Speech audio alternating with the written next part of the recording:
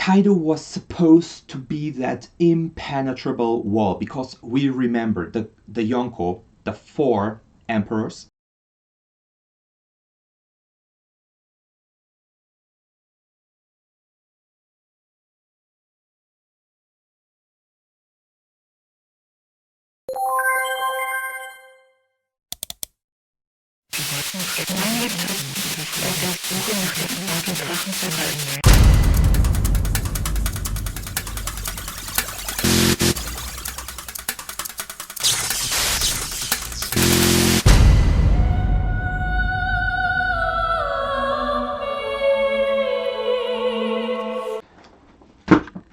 Hello and welcome to my channel. For a long time I haven't put out a chapter review, not of One Piece, not of any manga.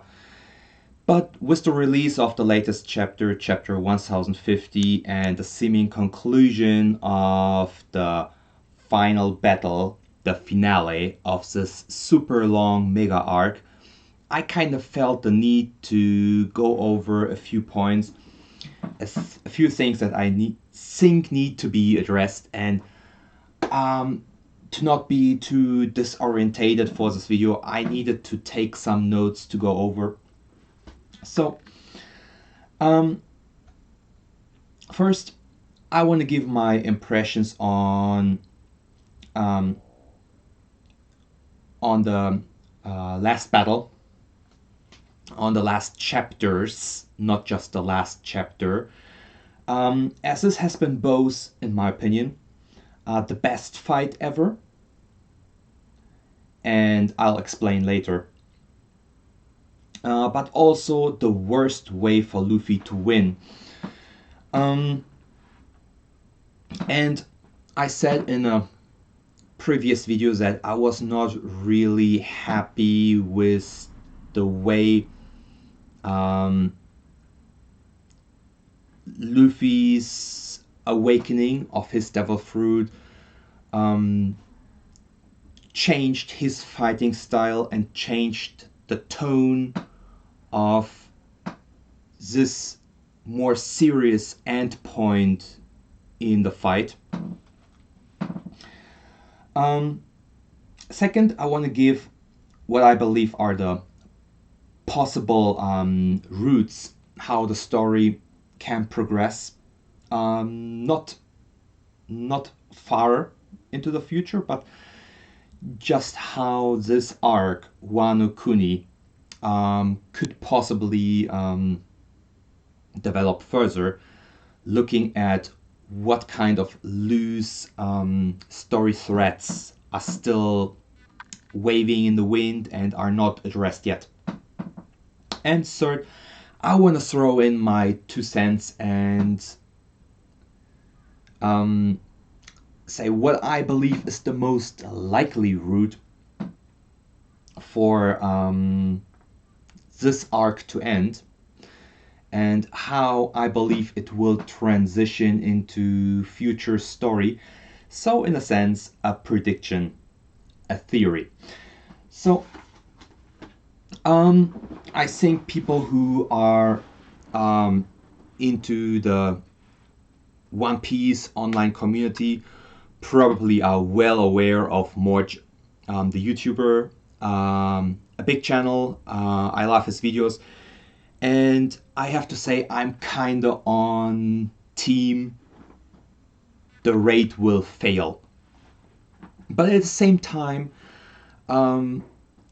while I think his series are one of the best out there,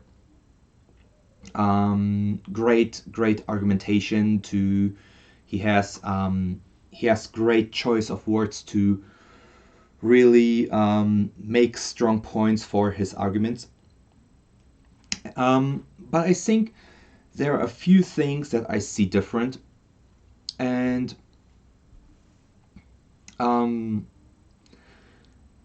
that is what I believe will be the future role of Wano Kuni, but also Kaido, and why I think the raid will not fail I think the raid, and this is what I stated pretty much word by word in the previous video, the raid will succeed, and I think it did succeed. But I don't believe that the fighting in Wano Kuni is absolutely over, and I will address that at the end of the video. So, for my point one, my impressions of the fight, why I believe that this has been, as a general, one of the best, if not the best arc in all of One Piece. I think already it topped the battle at Marineford. It topped Enies Lobby. I think it topped Skypiea. Why I think the fight against Kaido has been the best battle in One Piece out of all the battles. I mean, the absolutely best. And why at the same time I feel it got one of the worst conclusions for Luffy, one of the worst ways to win this fight. So, first of all, why do I think it's one of the best? So, I really liked the idea of Luffy having been shown to grow. Luffy's growth was like a major thing, especially in the last two arcs, almost skyrocketing. Just an arc before, in his battle with Katakuri, he mastered advanced observation haki, letting him predict the future and advancing his skill in general. And then he added the Lyo to his skill sortiment, being able to actually use his armament haki in an advanced way and be able to injure Kaido, all in combination with his Gear 4. And then finally having awakened his using advanced Conqueror's haki, noticing that he could apply the same mechanism of Lyo to his Conqueror's haki, and then also getting an awakening. I think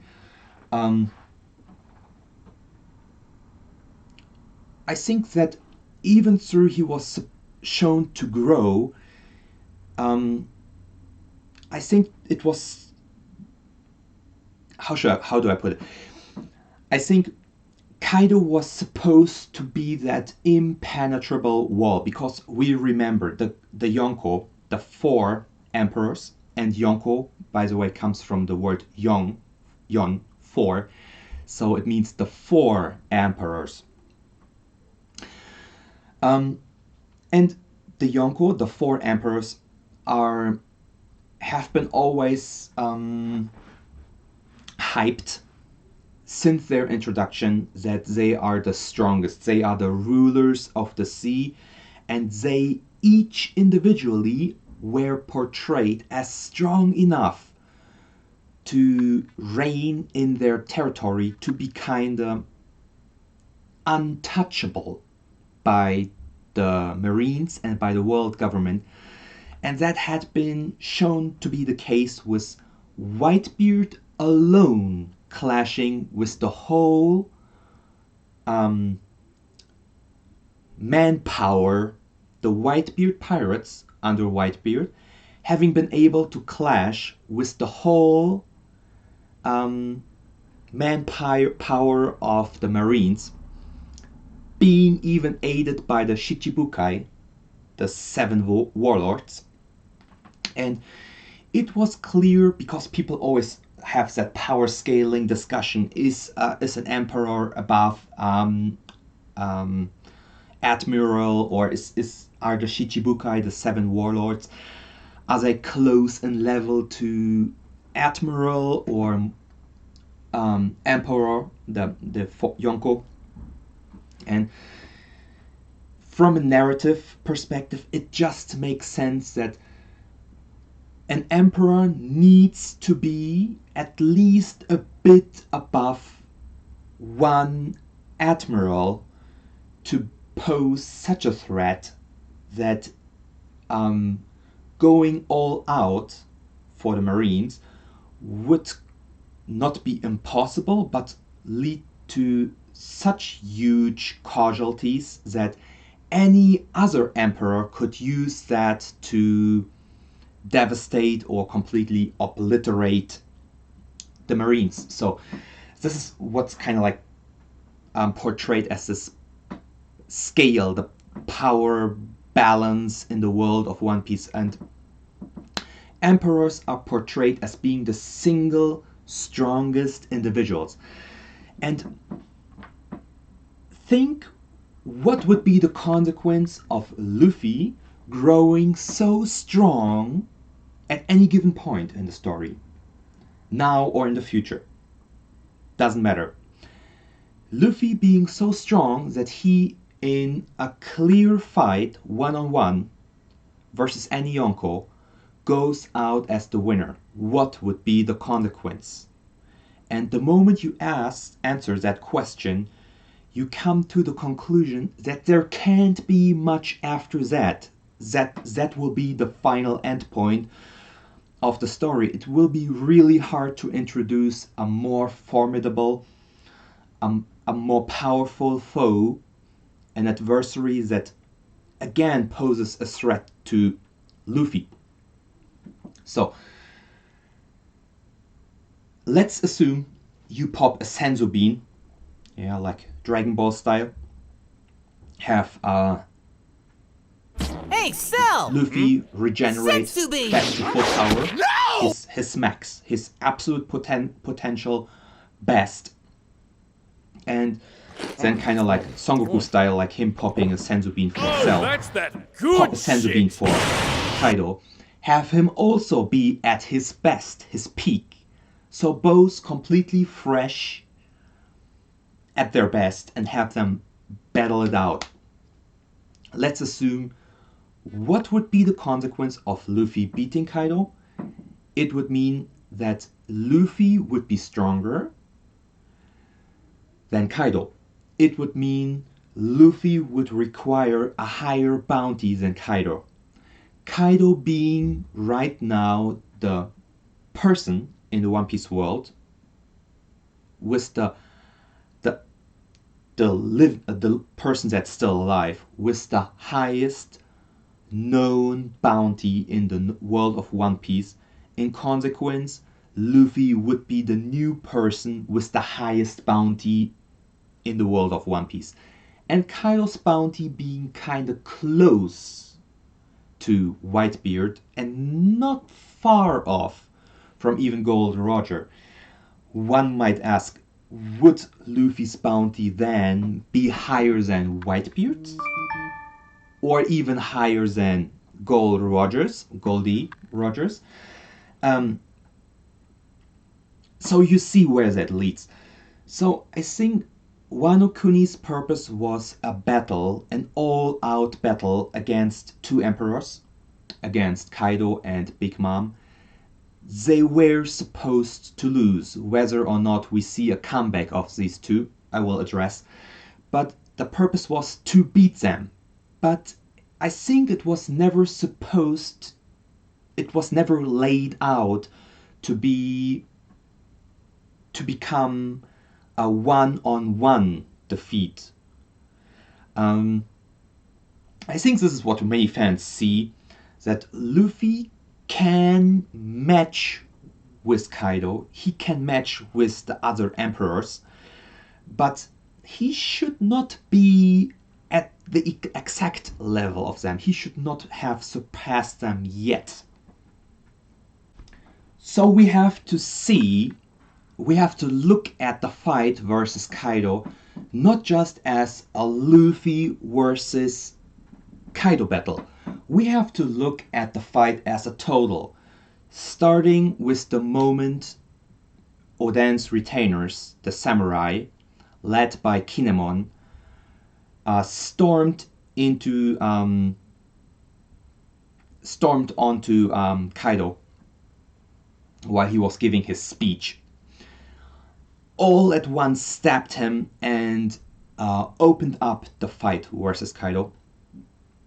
And it had been all this dramatic and emotional build up to that point. I think that could really be felt in the dramatic expressions, in the panels. I think that was one of the high points of One Piece at all. And we have to see, them losing was kind of like the first round. Then we had even more greatness, the supernova, the strongest of the alliance, Luffy, Law, Kid, Zoro, and oh my god, Killer, teaming up to go against the two emperors. And we could see them kind of coordinating their attacks. Some attacks better, some worse. Especially in the later phase of the battle, they really coordinated their attacks well. Like Zoro coming in and slashing the fire, and Law switching out Luffy. And then also everyone getting their strike on, especially Kaido. So Kaido received a lot of beating. He received that shockwave attack from Killer. He got smashed and squished and gotten thrown things at him by Kid and Law. He got Law's shockwave, which damages from the inside. He got cut by Zoro and beat up by Luffy. With the battle always going into a next round, then having a round just with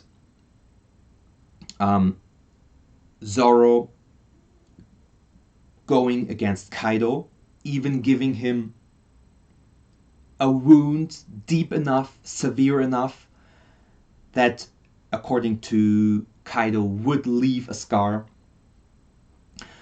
And we presume an advanced Conqueror's Haki attack, his Ashura. And then we got Luffy kind of getting a grip on advanced Conqueror's Haki, going toe-to-toe with Kaido. We got to see Luffy losing again. We got to see Yamato, Kaido's daughter, who also is a user of advanced Conqueror's Haki, going toe-to-toe with Kaido. And then again, switching out with Luffy and Momonosuke. And then Luffy going into a final round with Kaido.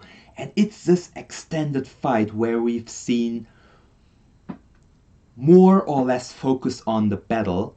But this fight transpired over so many chapters, sometimes in the background, but it's the most lengthy battle we've ever seen. And overall, I think it was the best battle we've ever seen. Looking at it as a total battle, it's reasonable to assume Kaido lost. It's absolutely reasonable to assume that this is it for him, that he won't wake up. Like, he was legitimately defeated. It's a legit defeat. We can assume that. Totally reasonable. But like I said, more to that.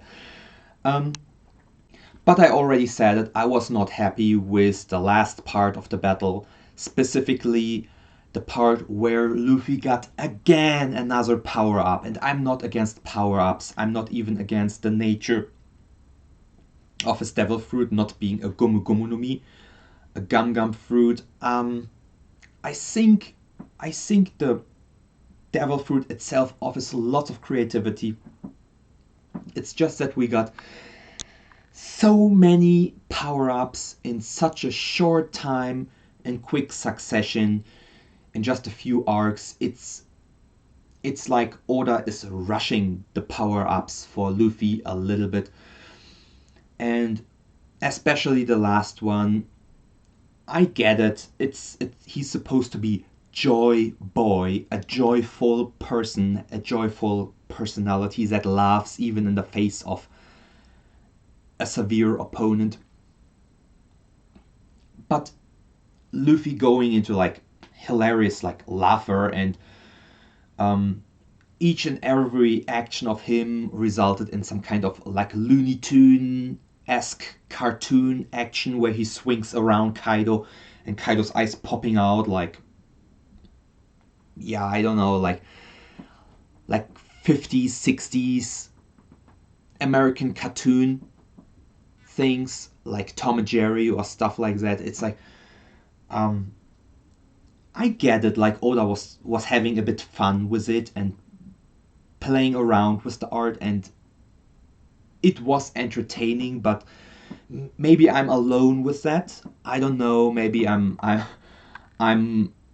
that's just me, but I felt that was I was wishing for the battle to go back to a serious tone, for Luffy having a bit more of a serious expression, or for them really clashing seriously, not making it feel like Luffy is goofing around. Like he was. After that, it seemed like Luffy got a few hits in on him. Not even through he got a power up, but just because of the power up. It seemed like that kind of awakening made him almost ridiculous to the point of his own detriment. It seemed like it was not 100% benefiting him at all times. If that is addressed and thematically like addressed later on, that his own silliness was actually a problem, if that is addressed in world in the One Piece manga, then my criticism turns around. Then that's you can cancel out that point. But up to that point, I think it needs some addressing, because I think that was not the best way for the fight for this long battle to go into a final round. This was not, aside from the very, very, very last few panels, where Luffy would go with a serious expression that his dream is for his friends to, and for everyone not to starve, for people to eat, to have, like, we know, like, Luffy's dream is like to have a big party, a big celebrating big parties where everyone can eat and party and have fun together. So what are possible routes for the story to further progress in Wano? No long-term prediction. Looking at what are the possible routes for the very next chapters in Wano. The first and easiest route would be the battle is over. Like, Kaido and Mom are defeated for good. They're gonna pop up or not, maybe like floating somewhere on the ocean, and then that's it, at least for the next 20 to 30 or whatever chapters, and everyone's gonna have a big party. The people in Wano are gonna be like, oh really, all that stuff happened, like we didn't know. They are gonna celebrate Momonosuke as the new shogun, as the new ruler of Wano Kuni.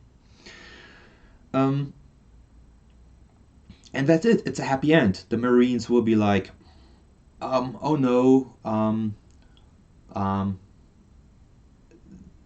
the new Luffy and all the other pirates, they're too badass. They beat up Kaido, so we ain't gonna mingle with them. Cheerio, and the Marines say bye. Possible route number 2. it's not a defeat, but Kaido will re-emerge. Kaido, and in that case, possibly as well Big Mom, have not been defeated, and they come up one more time for a final round.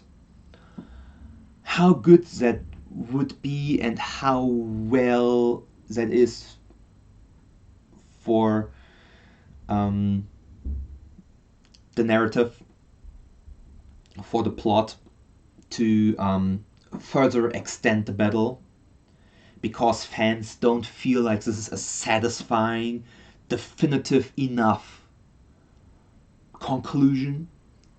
I don't know, but it sure is a possibility to just let those two monsters come up again for one more final battle. Possible route number 3.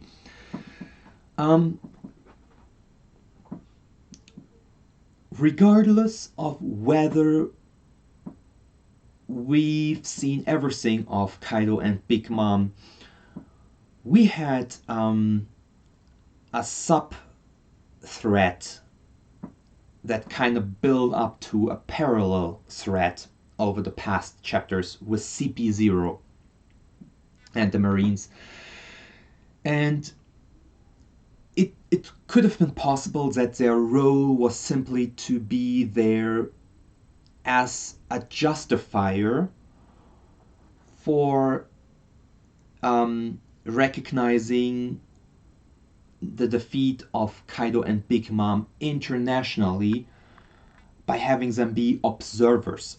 Like during the fight in Wano, we've seen the CP0 guys play Go, the chess-like game where you put black and white stones on a board, which served as a way for the reader to convey the numbers and the state of the battle, to give a narrative bird view in between, to kind of let the reader know how the raid goes. And also that could translate to the later role of CP0, just being there to witness and kind of comment on the events that transpired, transmit that information to the world government, to the Marines, which would then lead to an increase in bounty and to the events that happened in Wano being kind of recognized and becoming through that important.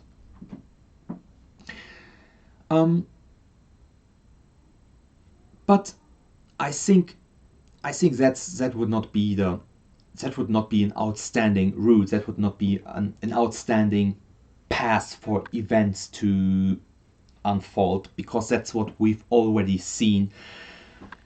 Another possibility that I see way more likely is that the Marines will go out of their way of just being observers and attack Wano Kuni, will try to use the situation to conquer Wano Kuni, as that might also be in conflict with Momonosuke's desire to not open up Wano yet, which was a big surprise, I think, to many readers, to seemingly suddenly change his mind and go against the plan, the idea of the samurai, ninja, mink, Yala Yala alliance, to beat Kaido, beat Orochi, and open up Wano Kuni.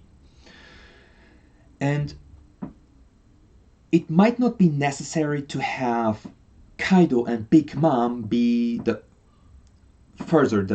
central threat, but to have the focus shift over to the Marines and CP0 coming into Wano Kuni and becoming the new threat, We might even see that developing into the world government with a bigger fleet trying to completely seize Wano Kuni. And Wano Kuni seems to have been always a target of the world government, or at least of interest. And this is where I want to transition to my final point of this video, which is what I believe the most likely outcome, and which also connects to previous theories I stated in previous videos, which is that Kaido served a much bigger role, willing or unwilling, in keeping Wano Kuni protected from the world government. Because we gotta ask, what was hindering the world government? What was the hindrance to just marching in to Wano Kuni and seize the country? What was keeping them from doing so? And the answer is Kaido. It was Kaido's territory.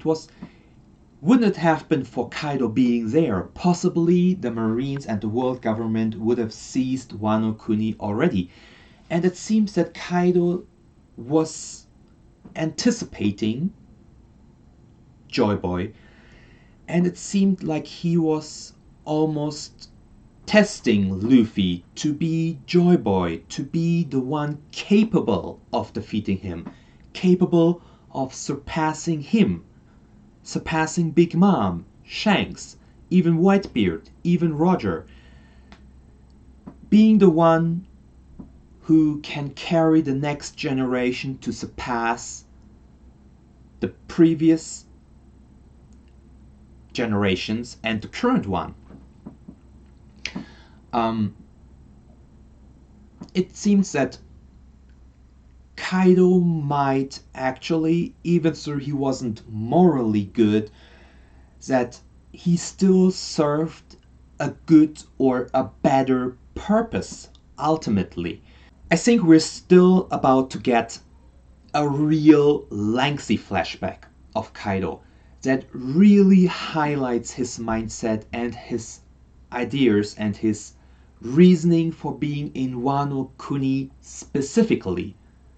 Not just I'm talking about his childhood. And I also don't believe that we will get more information being disclosed on the Rocks Pirates. I think Oda, if he's gonna show another flashback of Kaido, it will not be a flashback of his time at the Rocks Pirate, as I believe he's most likely gonna reserve information and anything regarding rocks as a bit of a further secret to the reader.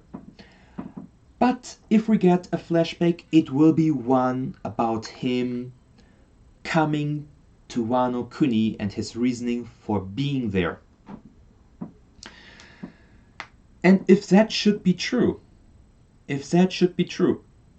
then that would make my prediction become true. That I stated in my previous video, Kaido is a good guy. And of course I didn't mean morally, I meant in his role that he ultimately serves. That he serves a good role.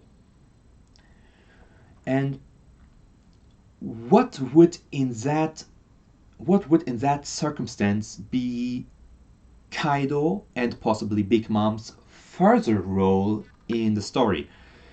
So in one of my videos I was kind of like alluding jokingly that he might join the Straw Hats, which I don't believe a serious outcome. But I believe him kinda joining forces with the alliance, with the Straw Hats, with Luffy, or possibly stepping up now that Luffy has been defeated, that Luffy and the Straw Hats are out cold, that they are no longer strong enough to protect Wano Kuni from the world government, from CP0, that Kaido, as someone who respects the one who beats him, to protect Luffy, to protect the Alliance, to protect Momonosuke, kind of making up for the deeds he did in the past, his misdeeds, and giving himself up in a final battle, not against Luffy, not against the Alliance, but against the world government, against CP0.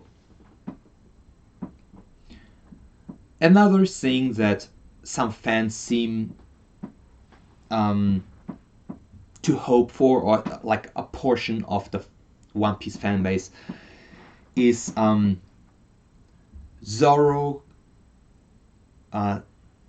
waking up from the dead and being the one who takes the final blow on Kaido. I don't know. I'm a huge Zoro fan. I think there's still a lot of open story threads that need to address, especially around Zoro, his family, his heritage. But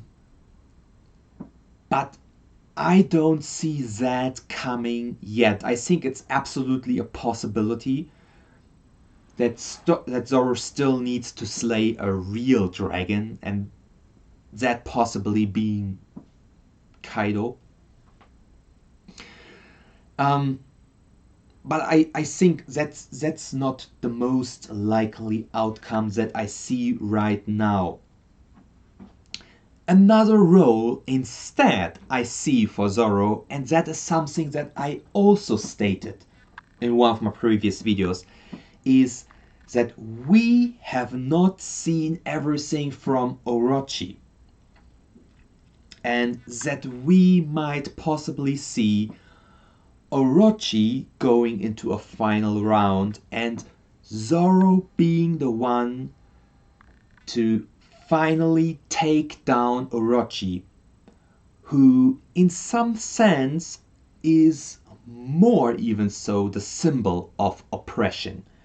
Orochi, his power only came to be through having been backed up by Kaido, the Beast Pirates. He wouldn't have been that strong alone. That's absolutely clear. And Orochi seems like a weak scumbag that had been slain, if I count correctly, 8 times by now. But there also seems to be some secret around his devil fruit, and his devil fruit being a mythical devil fruit that also shares his name and is inspired by the 8-headed serpent Yamata no Orochi, who is a prominent character in Japanese folklore.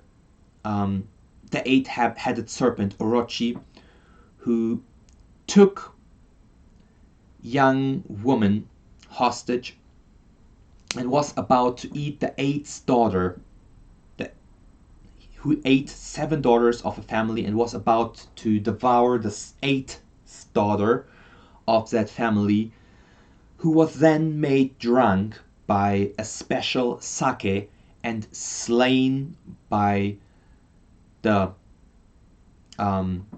kami, by the god Susanoo, the warrior god Susanoo, which in turn revealed a mythical sword, a special sword which is still considered to be one of the 3 treasures, the holy treasures passed down the imperial family of Japan. So a very central and extremely pivotal item which supposedly a katana which supposedly was born out of the slain body of Orochi. And we've seen all of the other samurai, the retainers of Oden, having their take on Orochi slaying one of his heads. And like I said, if I counted correctly, that has been 8 times, it seems, so far. Seems to indicate to me that there's also some things we will see from Orochi. So, me personally, I don't see Kaido being the primary threat further. He might come up, he might not have died, but I think the focus of what the threat is for the next 10 chapters will shift to either A, the Marines, and CP0, who will try to invade Wano Kuni, try to conquer, possibly being opposed by Kaido then, or Orochi, or possibly a combination of those two, Orochi and the Marines. I don't think we have seen already the finale of this mega arc, which is almost a saga. I think there's still something to come.